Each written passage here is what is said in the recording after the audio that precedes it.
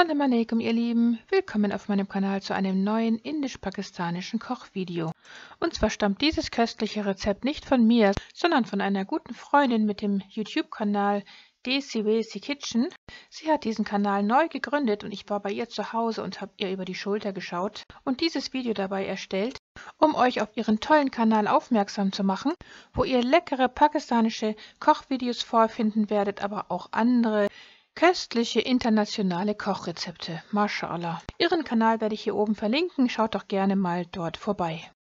Für dieses herrliche indisch-pakistanische Festtagsreisgericht benötigen wir folgende Zutaten: 1,5 Kilo Basmati-Reis, 300 Gramm Naturjoghurt, 1,5 Kilogramm Hähnchenbrust in große Stücke geschnitten, 3 mittelgroße Zwiebeln klein gehackt und folgende Gewürze.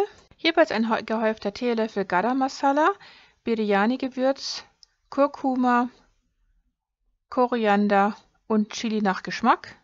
Und zwar hat sie das Garam Masala und das Biryani-Gewürz selber gemahlen. Das sind 2 Gewürzmischungen und aus was die bestehen, das werde ich euch unten in der Infobox noch mitteilen, inshallah. Dann hat sie hier diese Knoblauch-Ingwer-Paste, also jeweils 1 Teelöffel pürierten Knoblauch und Ingwer. Und dann, wie wir gerade gesehen haben, geröstete Cashewnüsse. Und das hier ist frische Minze. Die kommt dann dazu, wenn wir den Reis dämpfen. Und dann 3 große Tomaten und eine Zitrone. Zuallererst werden wir wie immer natürlich die Zwiebeln hier jetzt in einem Wok mit Öl anbraten. Also anstelle des Öls könnt ihr natürlich lieber Kokosfett hinzugeben. Die Zwiebeln werden so lange auf großer Hitze angebraten, bis sie anfangen braun zu werden. Erst wenn das der Fall ist, kommt dann die Knoblauch-Ingwer-Paste hinzu. Die bringen ja ein wenig eigene Flüssigkeit mit, weshalb die Zwiebeln hier jetzt nicht anbrennen, wenn man die hinzugibt. Und jetzt wird das Ganze nochmal so lange weiter gebraten, bis auch Knoblauch und Ingwer etwas braun werden, und dann gibt sie ein bisschen Wasser hinzu. Dann wird nochmal 5 Minuten weiter gebraten, bevor dann das Fleisch hinzukommen wird. Das Fleisch besteht, wie schon vorher gesagt, nur aus Hähnchenbrust, und zwar aus relativ großen Stücken.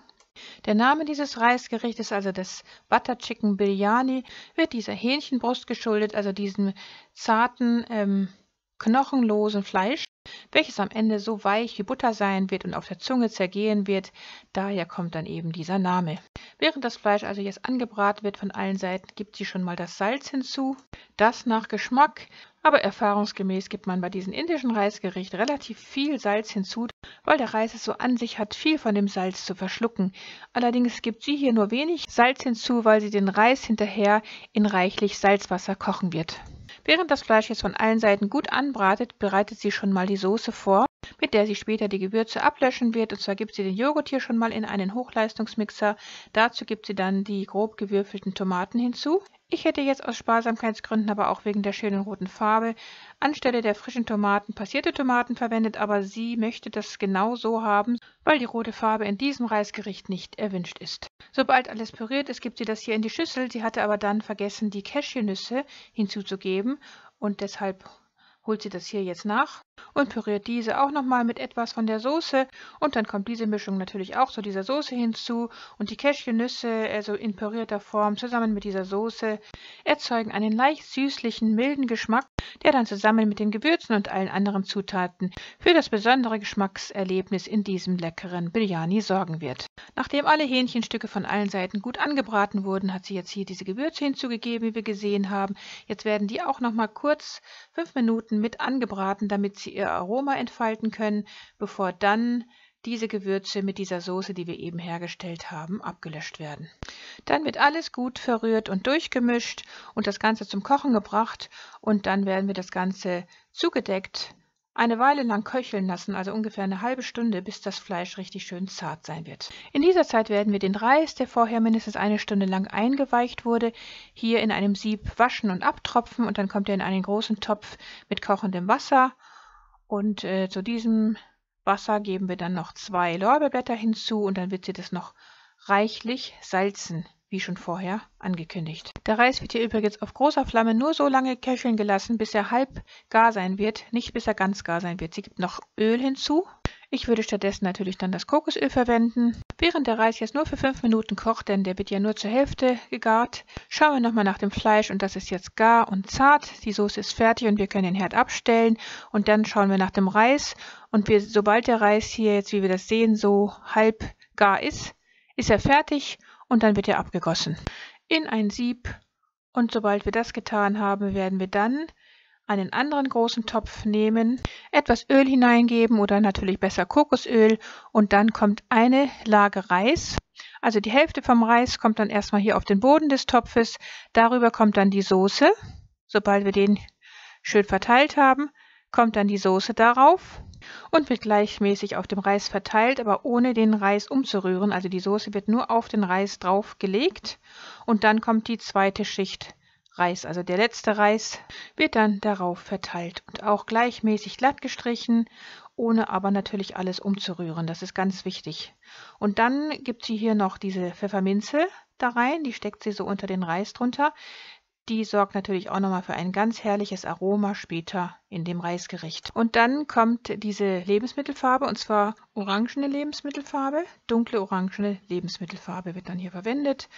Nur in kleinen Mengen, also sie vermischt halt so eine Messerspitze von dieser Lebensmittelfarbe mit ganz wenig Wasser und dann kommt das hier so über den Reis drüber.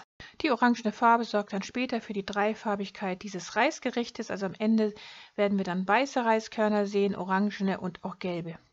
Und dann gibt es hier noch die ausgepresste Zitrone, die wir am Anfang des Videos gesehen haben, auch nochmal hier rüber.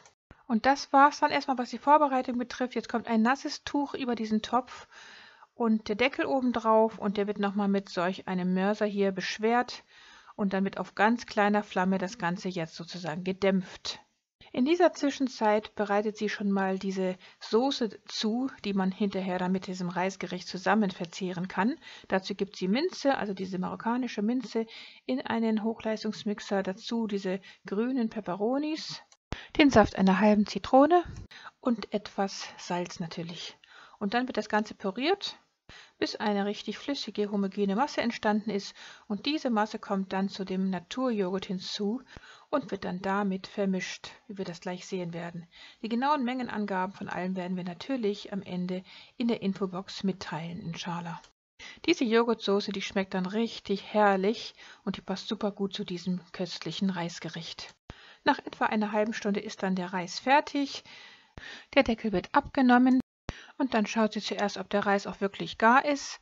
Und wir sehen, der ist jetzt komplett durch. Das Reisgericht ist also jetzt fertig und kann jetzt vorsichtig umgewendet werden. Also die gesamte Mischung wird vorsichtig umgerührt, ohne dabei die schönen langen Reiskörner zu beschädigen, denn die sind auch fürs Auge wichtig. Ebenso wie die Dreifarbigkeit dieses Reisgerichtes. Und das können wir hier jetzt sehr schön erkennen. Wir sehen orangene Reiskörner von der Lebensmittelfarbe, weiße Reiskörner und die gelben von der Soße. Der Festtagsreis wird dann hier auf dieser großen Auflaufform schön angerichtet. Wir entfernen dann noch die Lorbeerblätter und auch diese Pfefferminze, die dazwischen liegt. Denn die haben dann ihren Zweck für das Aroma erfüllt und die wollen wir ja nicht mitessen. Ja, und so sieht dieses köstliche Ergebnis aus. Mashallah, so könnte man den Reis dann servieren, mit etwas Pfefferminze dekorieren, mit einigen Zwiebelringen dazu. Ja, und dieser Duft, der von diesem Reisgericht ausströmt, ist einfach himmlisch. Also Essen mit allen Sinnen kann man hier nur sagen. Mashallah.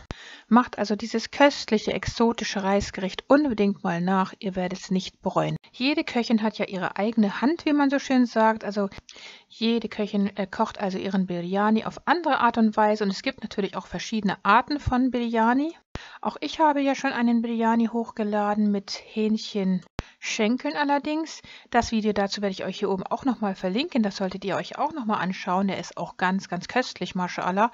Ebenso habe ich Pulao schon hochgeladen. Das ist auch ein Reisgericht, ein indisches. Und auch ein Gemüsepulao. Beide Reisgerichte werde ich euch hier oben inshallah auch nochmal verlinken. Ja, und wie gesagt, schaut euch unbedingt nochmal den Kanal von DCWC Kitchen an. Sie hat dort sehr schöne Kochrezepte, allerdings sind einige davon noch in Urdu, der pakistanischen Sprache, aber man kann auch vom Sehen schon sehr viel verstehen. Die meisten Videos werden aber nach und nach alle jetzt ins Deutsche übersetzt werden. Wenn euch also dieses leckere Reisgericht gefallen hat, dann schaut unbedingt auf ihrem Kanal nach, abonniert ihn, wenn möglich, um die Schwester mit ihrem neuen Kanal zu unterstützen. Barakallahu fiki, möge Allah euch reichlich dafür belohnen. Das genaue Rezept und wie die Gewürzmischung sich zusammenstellt, das findet ihr wie gesagt in der Infobox. Damit ist das Video beendet. Ich wünsche viel Erfolg beim Nachmachen. Guten Appetit, vergesst nicht Bismillah zu sagen und wenn euch dieses Video gefallen hat, dann gebt auch mir einen Daumen nach oben, teilt das Video mit euren Freunden und Bekannten und schaut unbedingt bei Desi Wesi Kitchen nach. Vergesst auch nicht das Glockensymbol zu betätigen. Liebste Grüße, Salam Aleikum, eure Mariam.